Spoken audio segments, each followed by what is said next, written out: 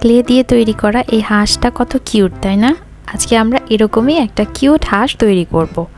এর জন্য প্রথমে আমি 2টি সোলার বল নিয়ে নিয়েছি। এগুলোকে আমি B6000 গ্লুর সাহায্যে অ্যাটাচ করে নিব।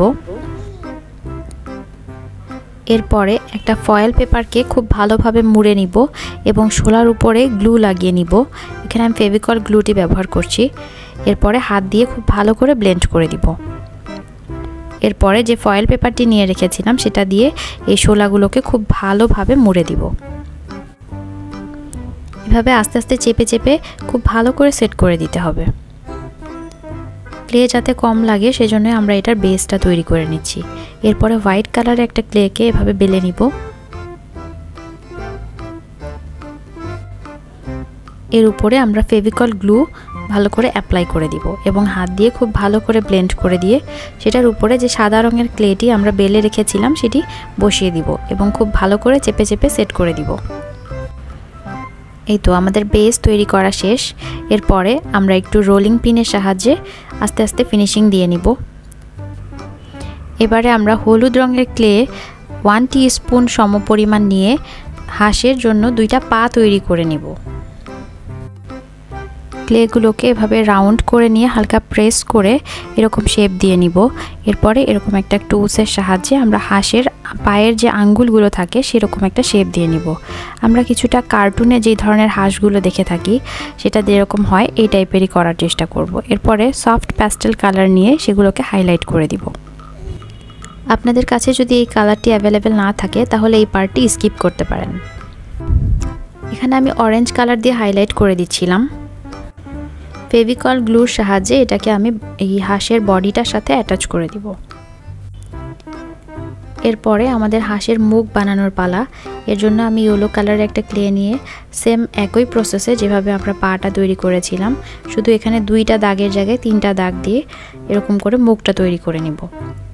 আর সেম প্রসেসে আমি এখানে সফট প্যাস্টেল কালার দিয়ে এখানে হাইলাইট করে নিচ্ছি। এবার হাঁসের চোখগুলো তৈরি করে নিব। এর জন্য কালো রঙের ক্লে নিয়ে 2টা ভাগে ভাগ করে সেটাকে হালকা করে রোল করে প্রেস করে নিলাম। এবার গ্লুর সাহায্যে চোখ এবং মুখটা সেট করে দিলাম। এবারে হাঁসের হাতগুলো তৈরি করে নেওয়ার পালা।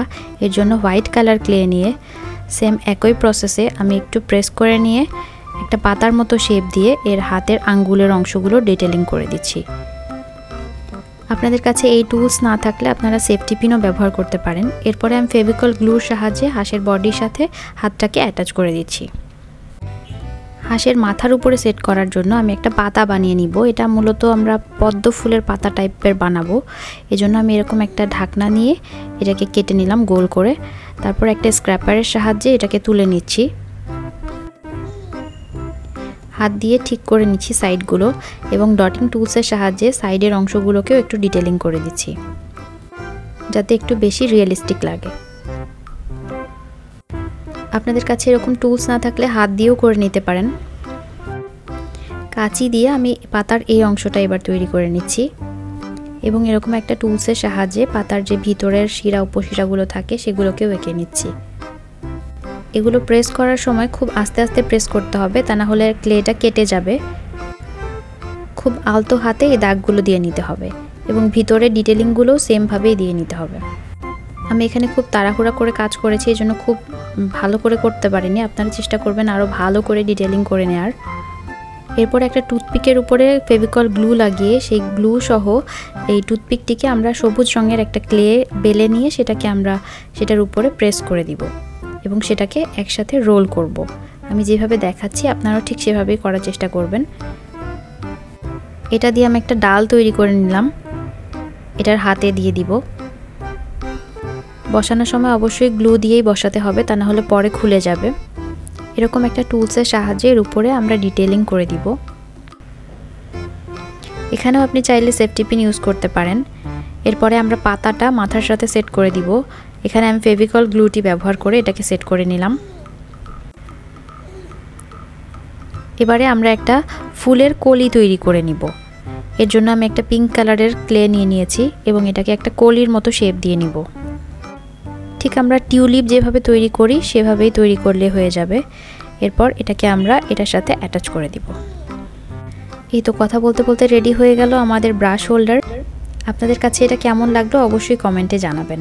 তাহলে আজকে এই পর্যন্তই। ভালো থাকবেন, সুস্থ থাকবেন। আল্লাহ হাফেজ।